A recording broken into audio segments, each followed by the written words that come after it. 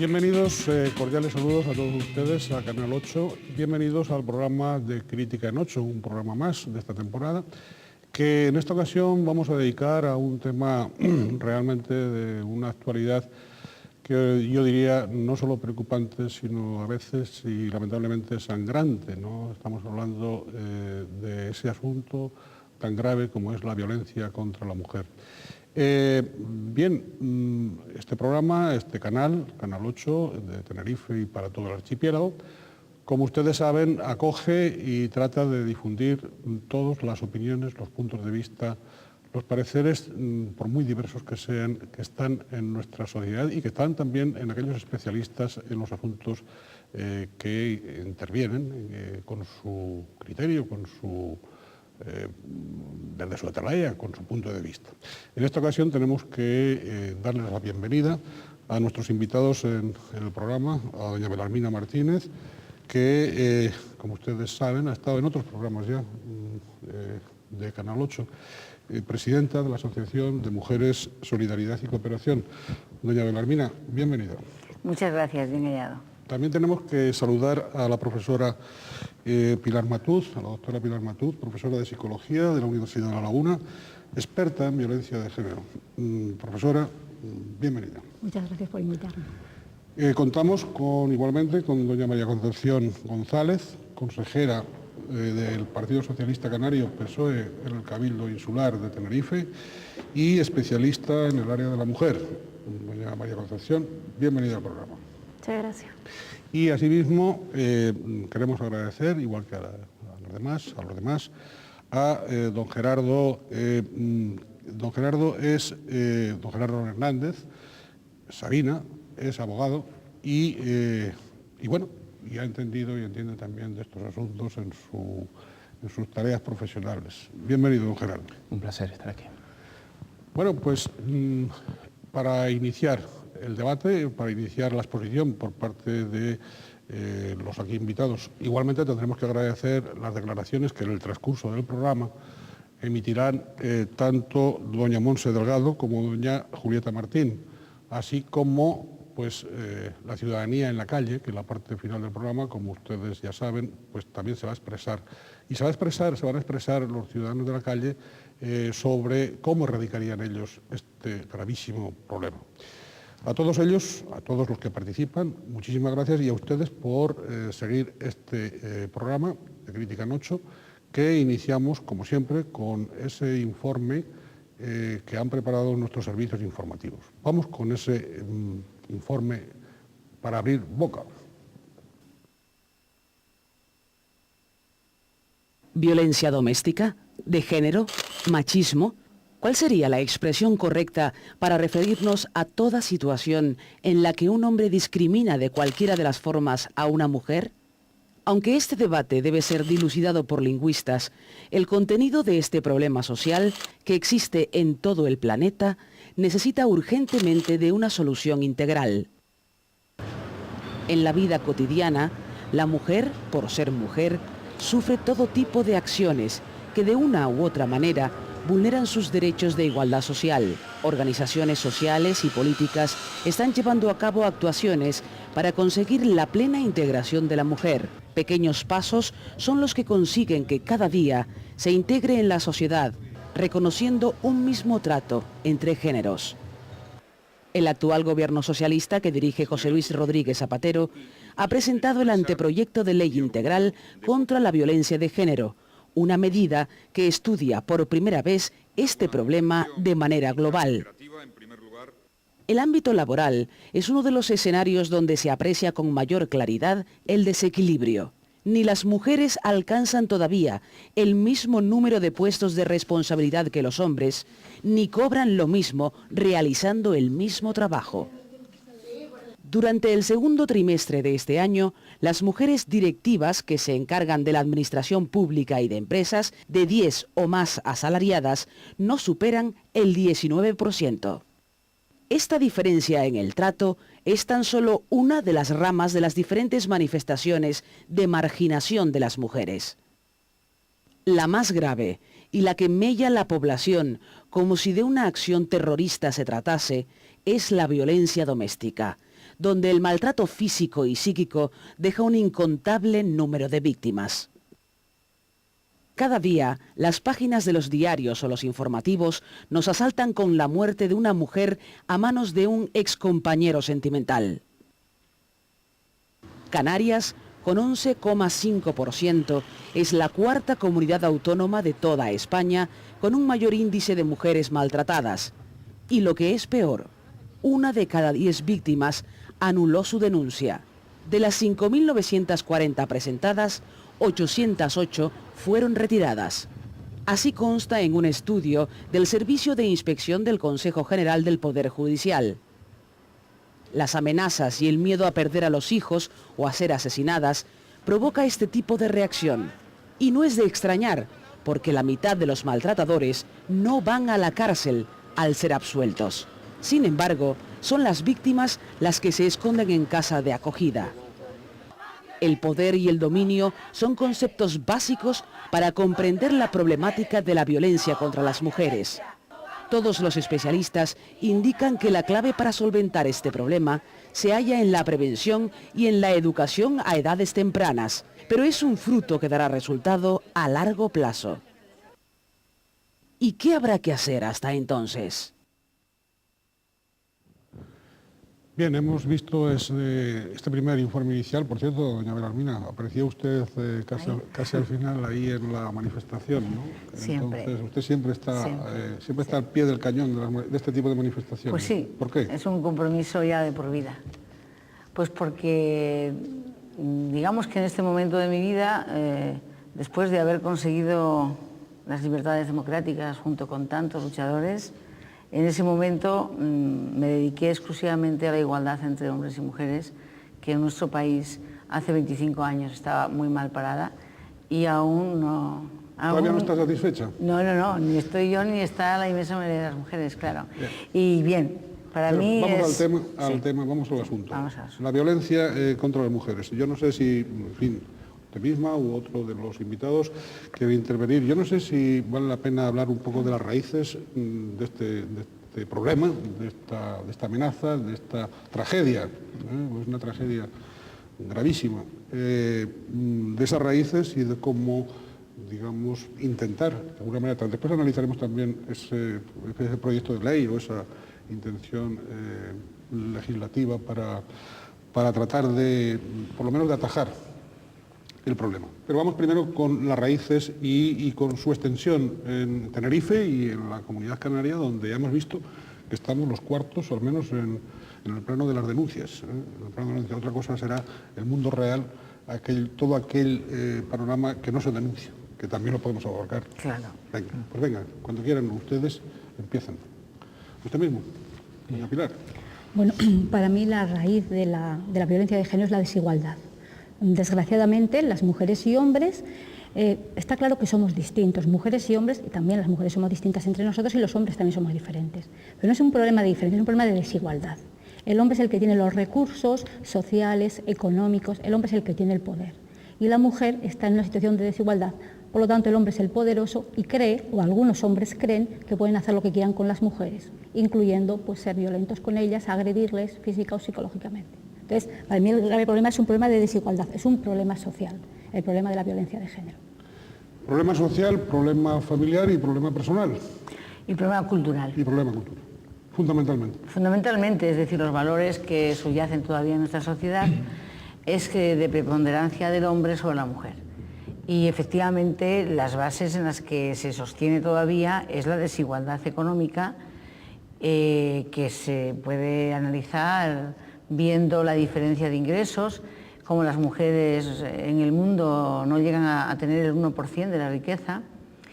Y claro, esto establece, la diferencia económica establece relaciones de desigualdad entre hombres y mujeres y lógicamente el poder lo ostenta el que tiene el poder económico. Luego puede haber particularidades, ¿no? Parejas donde puede haber, uno de los cónyuges tiene los recursos económicos y sin embargo el poder psicológico y de control lo puede tener la pareja, pero esas cosas son excepcionales. Si hablamos a nivel global, yo creo que la violencia nace de la desigualdad y del ejercicio del poder del poder del poderoso sobre la más débil. El abuso del ejercicio del poder.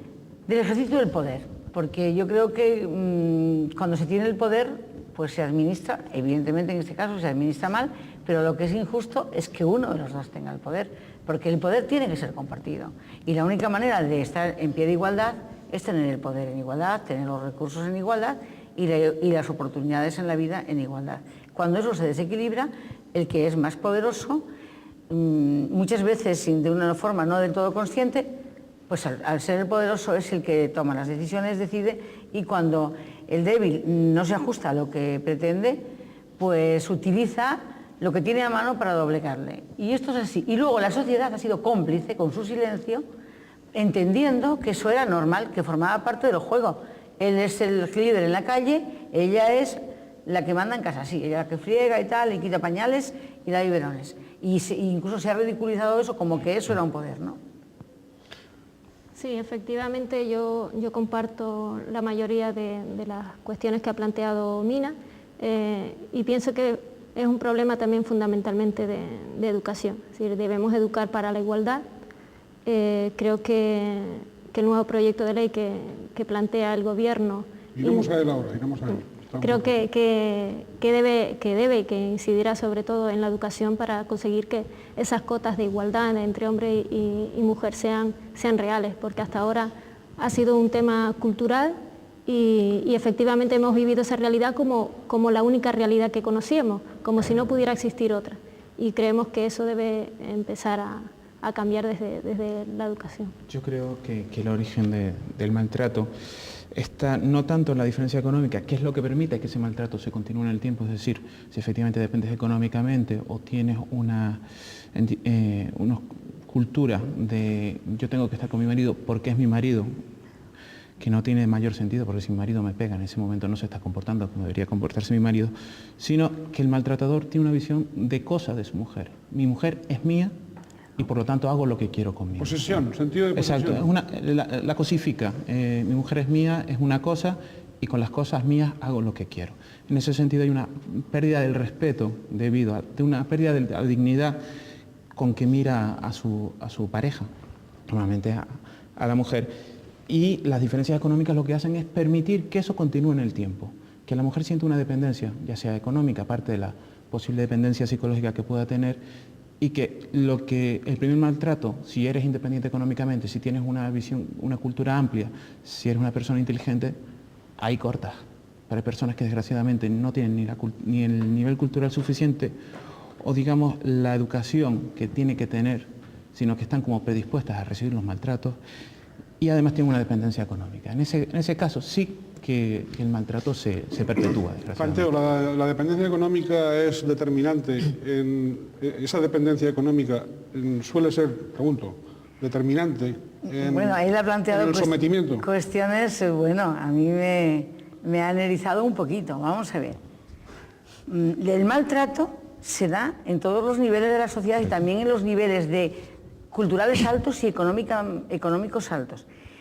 Es cierto que él la cosifica, es decir, forma parte de mi patrimonio, pero ¿cómo trata ese hombre a un cuadro, por ejemplo, de Pedro González que tuviera en su casa? ¿Cómo lo trata? Es una posesión, pero ¿cómo lo trata? A su mujer no solo la siente como una posesión, sino que la quiere doblegar, someter y la maltrata. No solo la cosifica, la maltrata porque la quiere despersonalizar de una identidad diferente a la de él, porque quiere que ella no exista como un ser autónomo e independiente. Luego no solo la cosifica, la maltrata. Y el económico es el que, digamos, es el que se ve. Pero hay toda una carga, y tenemos aquí a Pilar que podrá hablar mejor que yo de este tema, que es la dependencia psicológica. Es decir, cuando una mujer se convierte en víctima de un hombre del que está enamorada, cómo se establecen esas relaciones y cómo se entra en la dependencia. Es que, claro, les cuesta más...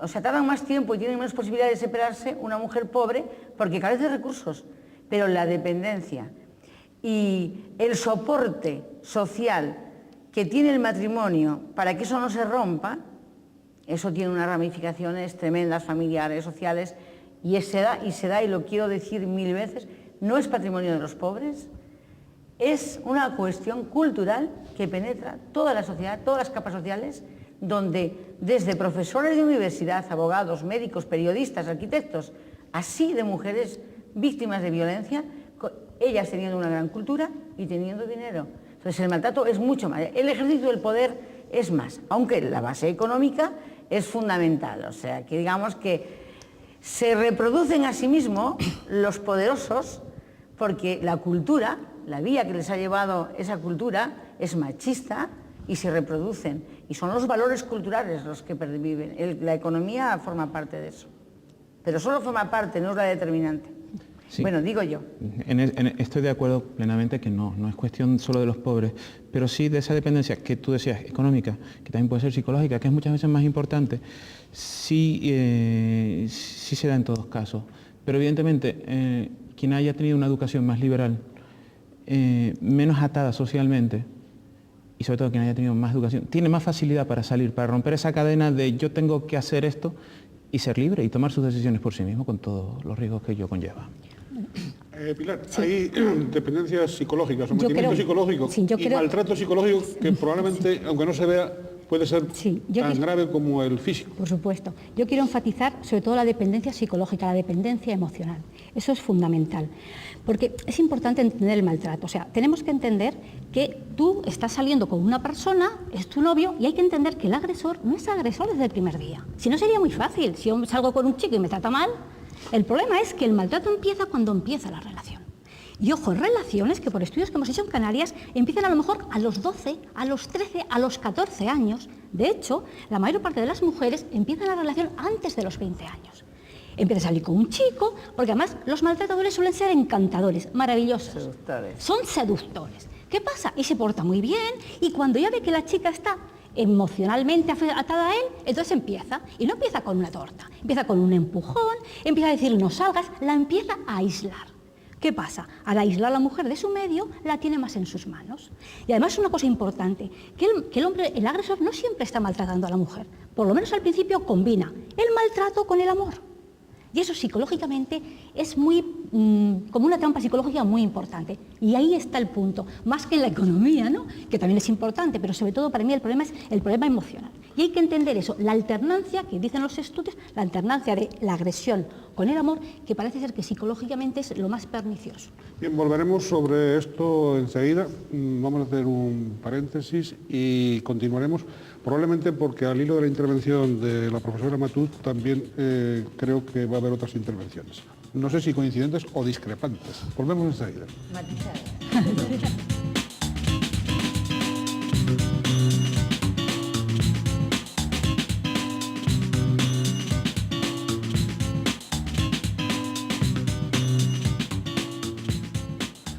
Continuamos en Canal 8 y en el programa de Crítica en 8, en esta ocasión dedicado a un tema tan espeluznante como la violencia contra la mujer. Están aquí en el estudio participando, como ustedes han podido comprobar en la primera parte del programa. Ahora voy a dar los nombres al revés.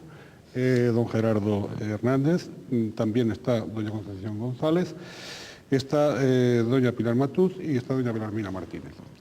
Vamos a escuchar, como siempre, otras declaraciones que las van a realizar doña Montse Delgado, que es psicóloga, especialista en terapia de violencia de género, y doña Julieta Martín Saá, que es directora de la Unidad Orgánica contra la Violencia de Género del Cabildo Insular de Tenerife. Vamos a escuchar los puntos de vista de ambas. La primera premisa es que los gobiernos y el Estado, a través de sus gobiernos, asuman la responsabilidad en erradicarla, ¿no? Pues a través de diferentes medidas que conocemos que se pueden implantar, pero quizás lo fundamental en eso es que todas esas medidas que algunas se están ya poniendo en marcha y otras se van a poner, pues que vayan acompañadas de unos buenos presupuestos generales del Estado, porque si no es imposible ponerlas en la práctica con las condiciones necesarias de cómo están reflejadas en los papeles, ¿no? En Canarias el año pasado murieron 8 mujeres asesinadas por su pareja o su expareja, 5 de ellas en la isla de Tenerife. Entonces se tiene conciencia por parte de los poderes públicos de que existe un problema real, que las mujeres no mueren asesinadas porque sí, no mueren asesinadas porque les roban el bolso, mueren asesinadas porque son mujeres. Tiene que haber una protección efectiva por parte de las fuerzas y cuerpos de seguridad del Estado. Para eso hace falta pues, equipos profesionales dentro de todos los ámbitos, ¿no? El judicial, el policial, que estén preparados y que tengan las condiciones para abarcarlo, ¿no?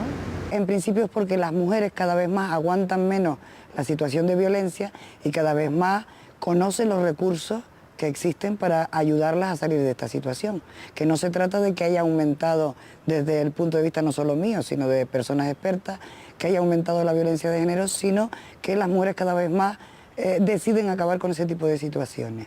Si hablamos de medidas urgentes, hablamos de las judiciales y policiales efectivas, ¿no? Pero también tenemos que hablar de otras cosas. El Estado debe de ser un modelo que represente la igualdad entre los sexos y todo en el acceso de las mujeres a los puestos de responsabilidad, a los cargos públicos, el acceso en las mismas condiciones, en igualdad de condiciones, pero también otras medidas a nivel, por ejemplo, laboral. Es necesario que las mujeres tengan pues, las mismas oportunidades para acceder a un puesto de trabajo. Somos muy iguales ante la ley, pero eso no se corresponde con el avance en las actitudes de los hombres hacia el tratamiento que nos da a las mujeres, de los hombres y de la cultura en general, de los medios, de la política, de la enseñanza. El año pasado hubieron más de 100 mujeres asesinadas en el territorio español. Y eso es algo que nos tiene que hacernos pensar que tenemos que hacer algo más, ¿no? Y que las medidas que se aprueben tienen que ser efectivas ya, no podemos esperar más, ¿no? Pues las personas que trabajamos en el sector estamos muy esperanzadas con la puesta en marcha, con la vigencia de la ley integral propuesta por el nuevo gobierno socialista. Sí sabemos que no es suficiente con esa sola ley, sino que se tiene que dotar a las administraciones y a la sociedad de los recursos que necesiten, pero que es un primer paso, estamos convencidas, porque se afronta el problema de manera integral.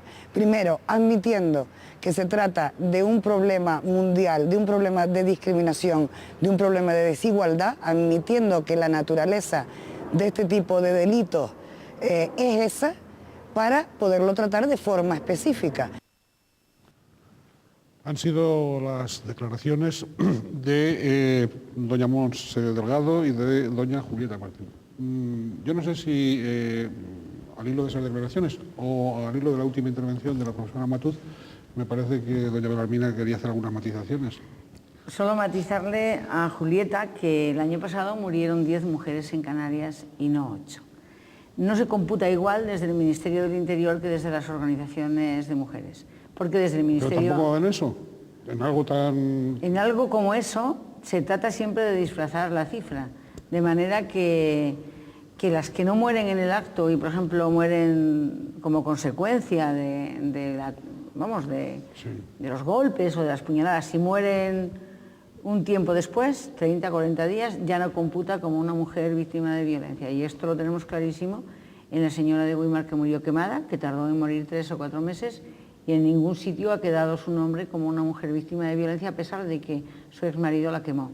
Entonces, a veces, en este momento, las cifras que se manejan a nivel oficial, a nivel de toda España, están en torno a las 50 mujeres, cuando la Red Feminista contra la Violencia de Género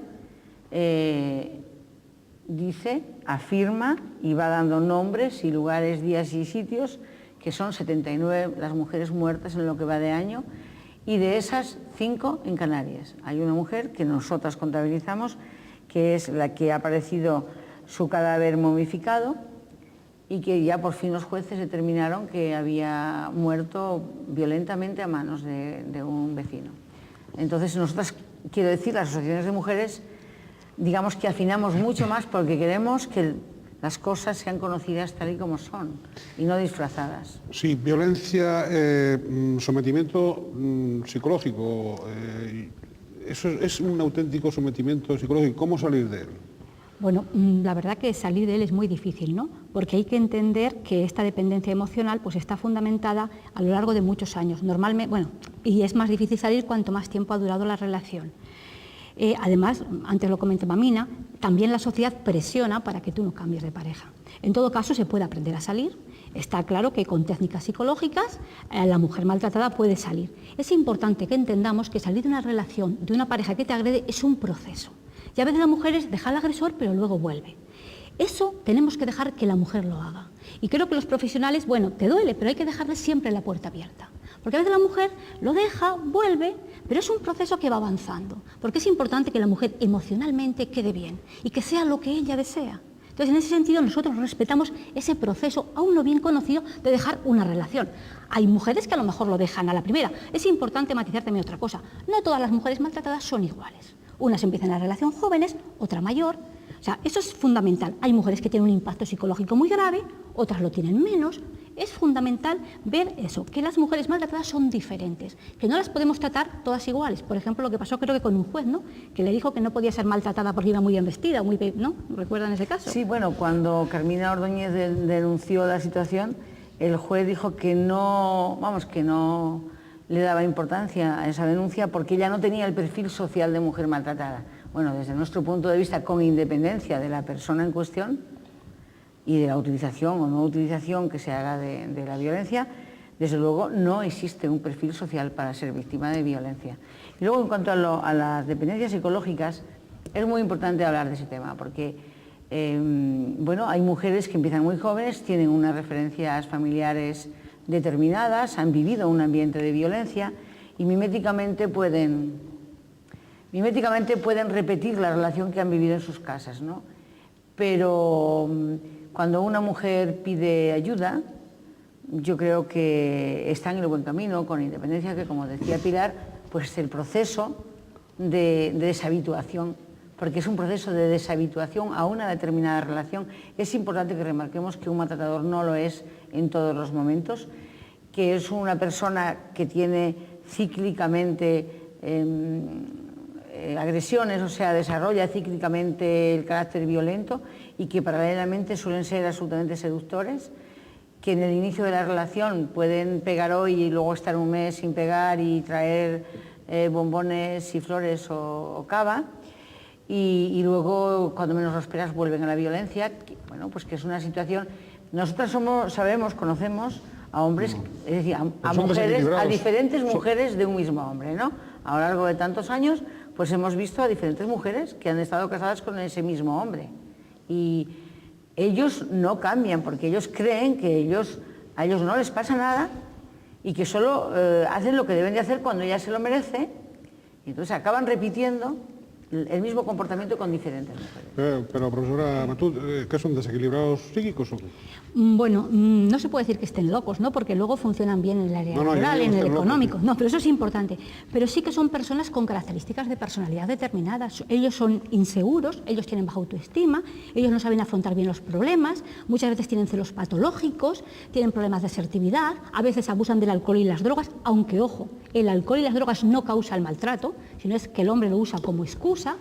Entonces, realmente, así como la mujer maltratada no hay un perfil psicológico, no hay unas características psicológicas, el agresor sí. El hombre suele tener problemas emocionales, que no significa que esté loco ni que haya que exculparlo por eso. Ojo, que a nivel laboral y a otros niveles funcionan muy bien. Entonces, pero sí que algo no funciona bien. Sí, yo quería comentar en relación con lo que comentaste antes sobre los supuestos en que la mujer normalmente quiere volver con su pareja, que se la debe dejar volver porque quizás sea positivo para que se vaya preparando para, digamos, el despegue, por decirlo de alguna manera. Yo no estoy de acuerdo en ese sentido, porque en muchos casos el problema de volver con el marido supone que a la larga o en muy corto plazo la agresión vuelve a repetirse. Yo creo que no habrá ningún caso en el que no se haya vuelto a repetir. ¿Eso qué supone? Que al volver la mujer con el marido, la primera condición que suele poner el marido es: ya se ha solucionado, vamos a hacer la pareja feliz, retira las denuncias que hay por medio, con lo cual la administración no puede poner a disposición de esa persona las medidas necesarias para ayudarla, con lo cual se ha visto que la mayoría de mujeres que han muerto asesinadas en ningún caso habían solicitado o habían retirado las denuncias, y en muchos casos pues las órdenes de protección no se habían solicitado. Por lo tanto, yo pienso que se debería insistir un poco más para concienciar a la mujer que volver con la pareja no es la solución. No, ya, lo que pasa... Bueno, yo quería enfatizar una cosa.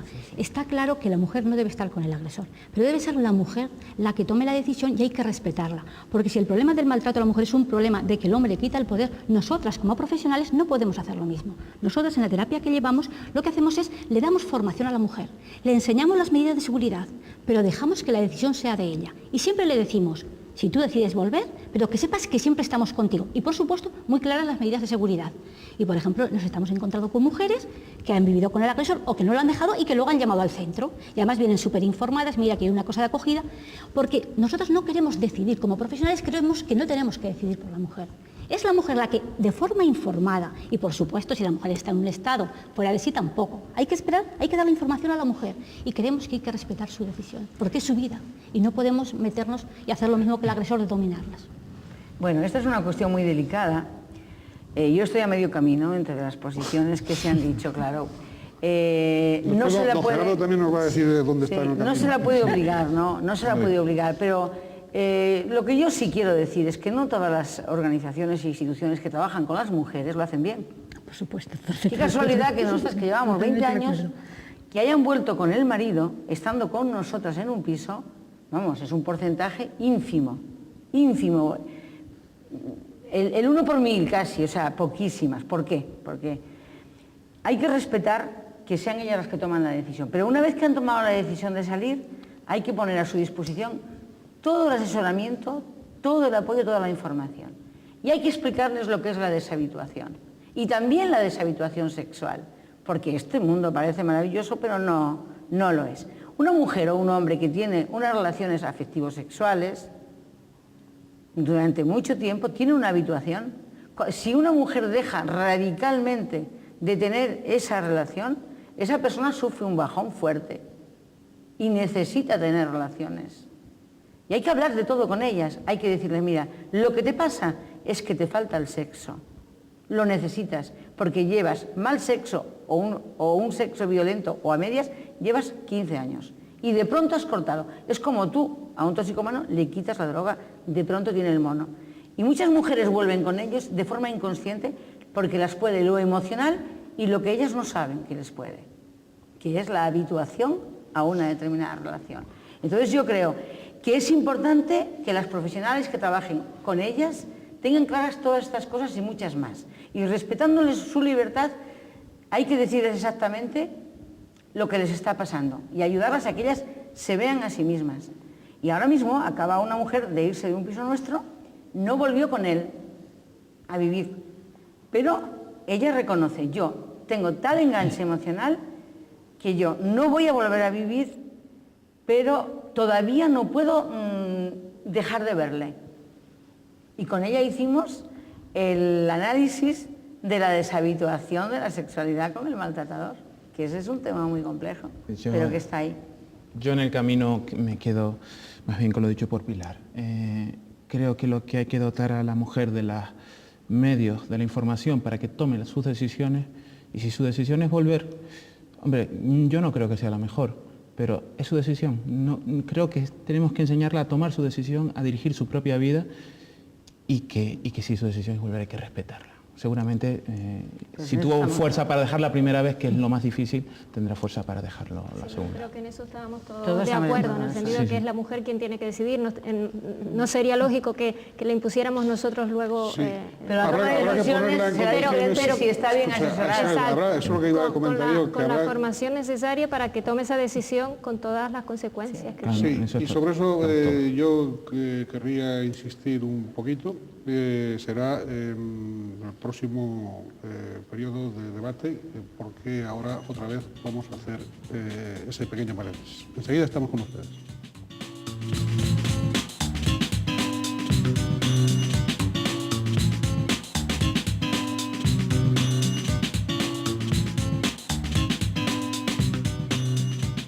Estamos en el canal 8 en su televisión y estamos en la televisión de todos ustedes.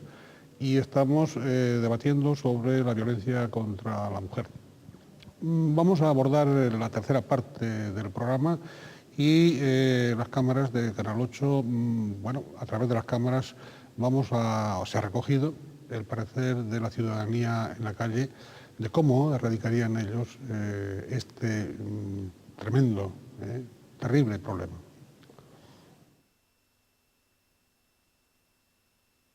Poniendo ciertas leyes para limitar a los hombres, ¿no? Que en realidad está muy la cosa...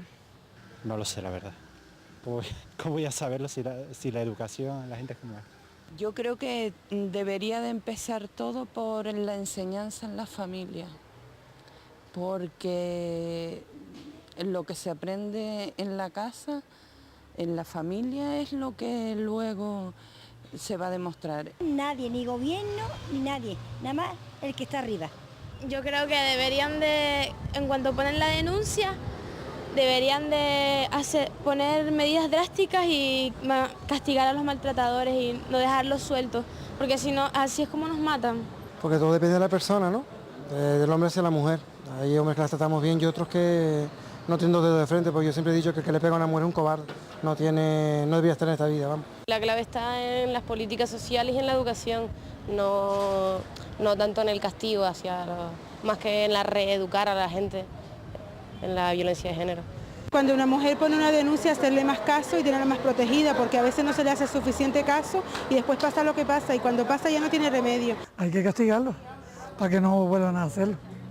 Normalmente los maltratadores han sido niños maltratados, o sea, todo tiene su historia, ¿no? Y todo tiene una consecuencia de por qué, ¿no? El caso es cambiar el chip, que la mujer no se quede en casa esperando, que la mujer también trabaje, que se incorpore al trabajo, que denuncie, que se queje y que, en fin, que no se deje tampoco, ¿sabes?, avasallar y eso. Jesucristo dijo que hiciéramos a los demás lo que nos gustaría que nos hicieran a nosotros. Si eso lo cumpliéramos, nadie moría por violencia. Pero desgraciadamente estamos en un mundo que cada día es peor, ¿verdad? Hacerle lo mismo que ellos hacen, ¿no? Yo lo veo así, si dan leña, darle a ellos, que prueben. Que prueben la misma porción, que lo prueben ellos también. Bien, distintas opiniones, ciudadanas y ciudadanos de distintas edades y por supuesto, desde la ley del talión hasta otro tipo de propuestas son las que están en la calle. Antes de continuar, a mí me gustaría plantearles, pero muy levemente, cuando se ha planteado aquí antes pues la necesidad de que la mujer cuente con la suficiente información, con la suficiente protección, con el suficiente asesoramiento profesional, etcétera, etcétera, y que sea ella la que tome las decisiones sobre este asunto, quería de algún modo preguntar, ¿y todas las mujeres por igual en este momento en Tenerife, en Canarias, disponen en igualdad de condiciones de todos sus recursos? ¿Sí o no? No, para nada. Las mujeres de las zonas rurales tienen mucha más dificultad. Es verdad que se aprobó una ley y se aprobó un programa por el Gobierno canario para la puesta en marcha de un plan de prevención y erradicación de la violencia que contempla la instalación de servicios sociales en diferentes lugares de la isla y que eso es muy importante que se haga y se está empezando a hacer, pero las mujeres rurales tienen muchísimas más dificultades para acercarse por el control social. Primero porque no hay un lugar cercano y por lo tanto desconocen hacia dónde tienen que ir. Y segundo porque hay un control social mucho más fuerte sobre ellas. Cualquier movimiento que se haga en una zona rural hacia un servicio social puede ser perfectamente controlado por la familia. Y también miedo. El miedo, claro. Desde el momento que hay un control social, el agresor puede enterarse rápidamente que ella se ha movido. Y una de las características del agresor es que ejerce un control absoluto sobre los movimientos de la mujer, que trata de aislarla de la familia, de sus posibles amigas, vecinas. Es decir, que el control absoluto sobre sus movimientos hace que esta mujer en una zona rural lo tenga mucho más complicado, ¿no? Yo confío en que la puesta en marcha de este plan y el desarrollo de los servicios vayan paliando un poco la situación, ¿no? Y se mejore. Pero evidentemente no es igual. Y además hay mujeres con más nivel cultural y que tienen más posibilidades a acercarse a la información. Sí. Bueno, y además no solamente eso, sino las mujeres pueden tener más problemas económicos, más hijos, menos apoyo social. Esto es fundamental, porque yo creo que de alguna forma el maltrato lo mantenemos todos. Yo sé que suena muy duro, ¿no? Pero posiblemente una persona que es agredida por su pareja, si tiene su familia la acoge, si sus amigas le ayudan, va a ser más fácil que salga que si no, si la aíslan. Entonces, de alguna forma, en ese sentido, somos bastante responsables todos, ¿no? ¿Las instituciones también fallan en esto? Por supuesto, totalmente. Si una mujer no tiene dinero y tiene que criar a 4 hijos, ¿dónde va? En cualquier caso, el maltratador, por mi experiencia, siempre tiende a aislar, a controlar, a que no salga, a que no se relacione.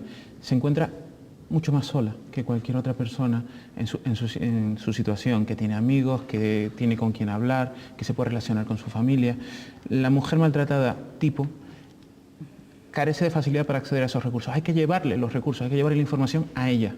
No, ella es más complicado que se mueva hacia la información por muchos problemas, por miedo a represalias, que decía Belarmina, que son muy importantes.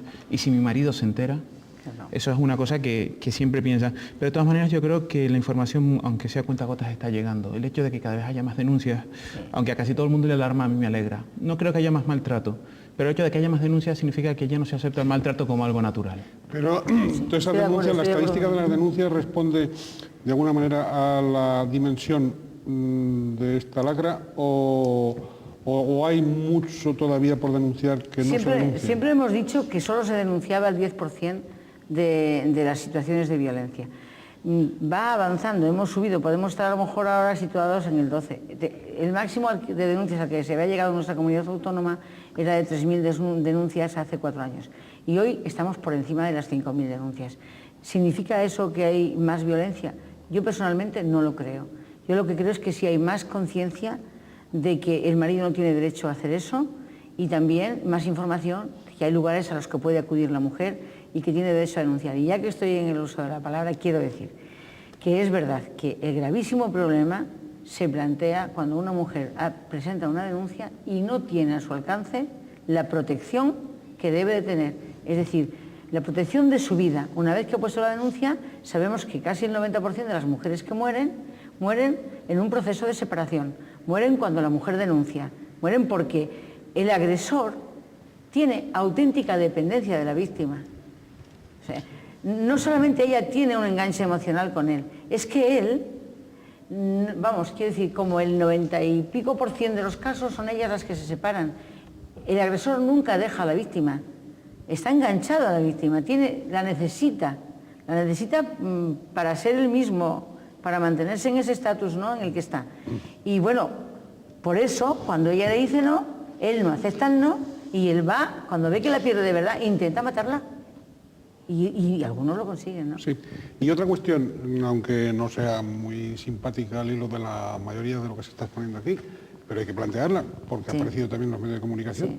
Siempre, ha podido haber y puede darse el caso de denuncias falsas. Bueno, aquí hubo una magistrada en Barcelona que se le ocurrió decir que estas, como aquello del efecto llamada, lo del efecto llamada, ¿no? Perdón, doña Belarmina, digo como posibilidad. Vamos a ver, como posibilidad está claro que, aunque estemos aquí defendiendo los derechos de las mujeres, en ningún momento a mí se me ocurría decir que las mujeres son perfectas, que no van a incumplir la ley y que no van a hacer un abuso de la ley. Eso no lo diría yo nunca. Pero a mí lo que me parece tremendamente sospechoso, y hace poco salió un artículo en la prensa nuestra, es que se repite como un eco. Hay muchas denuncias falsas. Mire usted, ¿no? Solo denuncian el 12% de las que sufren violencia. Que hay alguna denuncia falsa. A mí que me digan los jueces que se atreven a decir que hay denuncias falsas, ¿cómo lo han descubierto? Porque resulta que no tienen instrumentos para investigar la violencia. No pueden investigar nada. En los juicios rápidos carecen de pruebas porque no tienen medios, no tienen recursos ni humanos ni técnicos para investigar.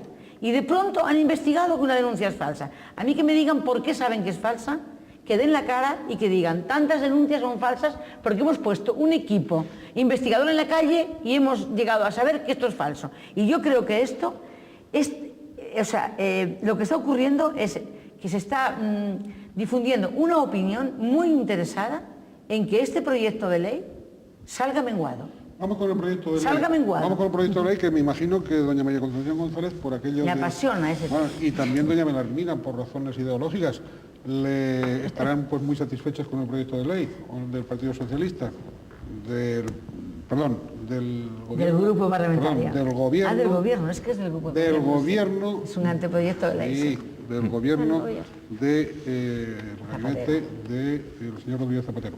Y en concreto del señor López Aguilar, me parece.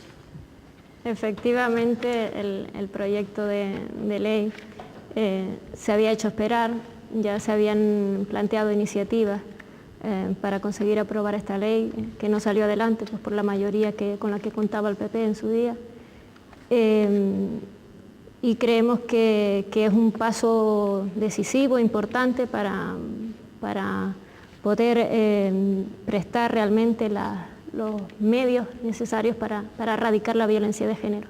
Es decir, se están dando pasos importantes como la creación de la delegación contra la violencia de género, se están creando fiscalías específicas, juzgados específicos de violencia, y yo creo que eso es fundamental para que no ocurran situaciones como la que acaba de comentar Mina, que se hable de denuncias falsas cuando realmente ni siquiera hay medios para determinar si esa denuncia es falsa o no. Los juicios rápidos en muchos casos es una ventaja, pero en otros el poder determinar si ha habido habitualidad, si para aplicar un agravante en esos delitos, no se puede comprobar por medio de los juicios rápidos en muchos de los casos. ¿Esta ley va a solucionar o por lo menos va a atajar o va a minorar? Eso es como tener una bola de cristal.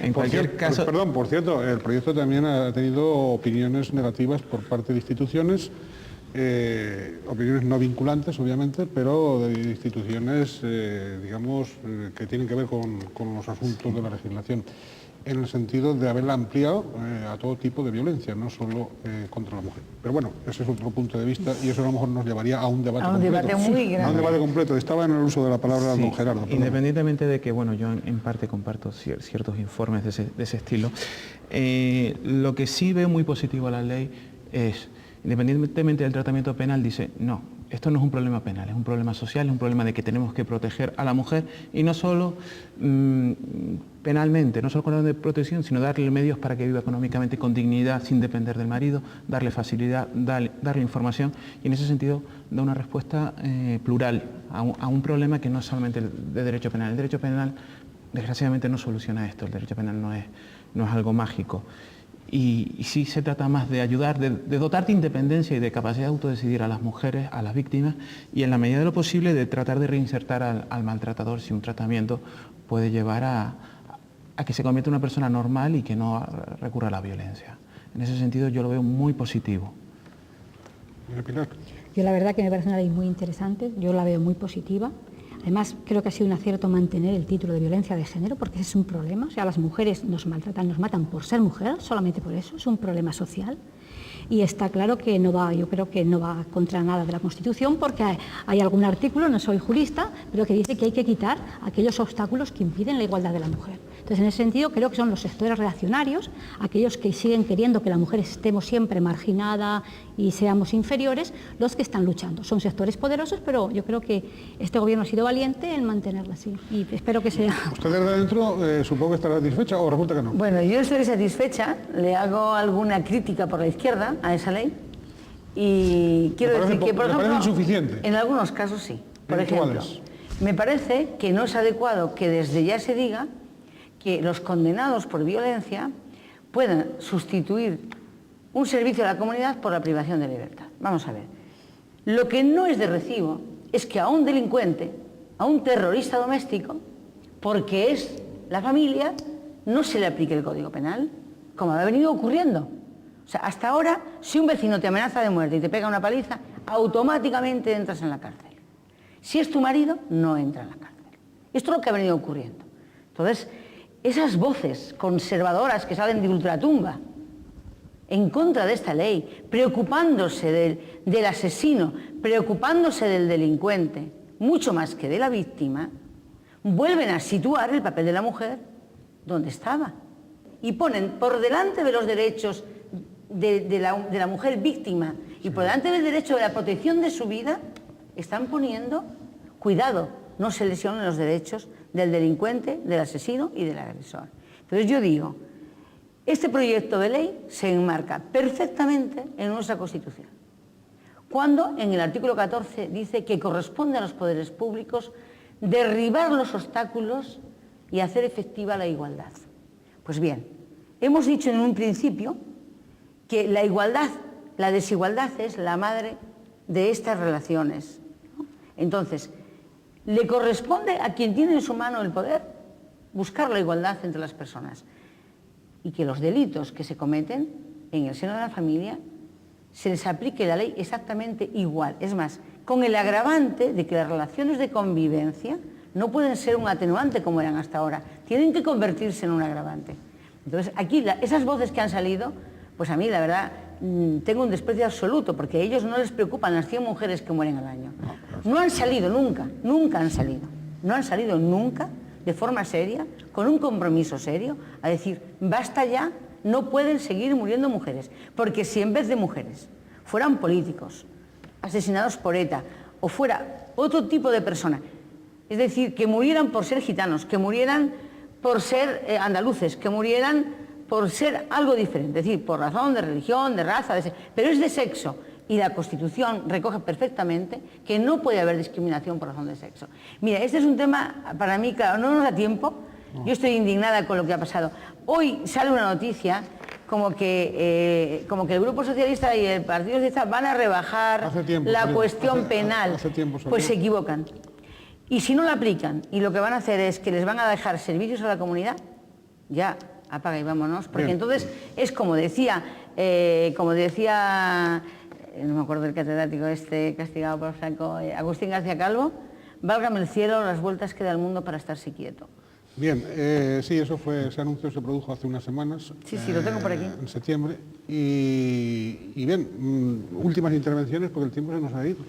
De todas maneras, yo pienso, doña Belarmina, que ante opiniones adversas, es bueno que haya controversia y que haya puntos de vista para desmontar esas opiniones con raciocinio. Que no tenemos tiempo para ello. No, exactamente, pero raciocinio en lugar de o sea, si hay que descalificar, se descalifica, pero por supuesto apoyándolo en razones y en datos que así lo justifiquen. Bien, últimas intervenciones, si me permiten. Bueno, un poco a modo de resumen. Creo que hemos llegado a un acuerdo en el sentido de que no se trata sino de un problema complejo, con muchas soluciones, con mucho apoyo. Y yo quisiera hacer hincapié en que, más que de la redacción de la ley en un punto o en otro, de lo que depende de que salga bien es de la dotación presupuestaria que se le acompañe.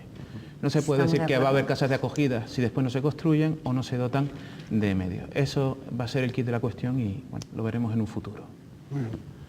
¿Estás de acuerdo con eso? Sí, efectivamente es por lo que siempre hemos luchado, es decir, no se trata de escribir en el papel, sino de dotarlo de medios, porque es la única manera de que esa realidad se cambie, ¿no? Lo que sí consideramos es que el tema de la crítica a la ley no es más que, entiendo yo, las posturas contrarias para quitar la importancia que tiene este proyecto y llevar el debate a otro extremo que no es el fundamental. Yo creo que el problema aquí es la violencia contra las mujeres. Efectivamente hay violencia contra los hombres, pero no es nada comparable con el que existe contra la mujer, es mínimo, por lo tanto el hombre no se siente desprotegido, existe artículo en el Código Penal que lo protege y entendemos que la redacción del proyecto de ley tal y como está más que fundamentado en el artículo 9.2 de la Constitución, que lo ampara. Bueno, yo creo que yo voy a referirme al proyecto de ley. A mí me parece muy positivo porque es integral, porque coge todos los aspectos de la vida y sobre todo porque hace mucho hincapié en la educación. Me molesta que no ponga presupuesto en educación, que se mantenga. Claro, es que, vamos a ver, yo quiero ser coherente con mi compromiso, ¿no? Con mi compromiso con las mujeres. Yo creo que en educación no añade presupuesto, que sería eso, es sobrecargar de alguna manera al profesorado. Y el profesorado también tendrá que incorporar para sí mismo un lenguaje, unos valores y unas formas. De todas formas, yo creo que es muy interesante todo lo que aporta en el apoyo a la incorporación de las mujeres al mundo laboral. esas posibilidades de traslado, de poder pedir la baja en la empresa, acogerse al desempleo. Bueno, creo que es muy completo este proyecto. Yo espero que sea muy positivo para las mujeres y espero que no lo devalúen en los pactos parlamentarios para que haya consenso. Bueno, yo como psicóloga querría hacer un llamamiento a la conciencia social, que seamos conscientes de que todos y todas estamos manteniendo el maltrato contra la mujer, que lo mismo que nos manifestamos en contra del terrorismo, también contra el terrorismo doméstico. Eso por un lado. Y por otro lado, las mujeres maltratadas.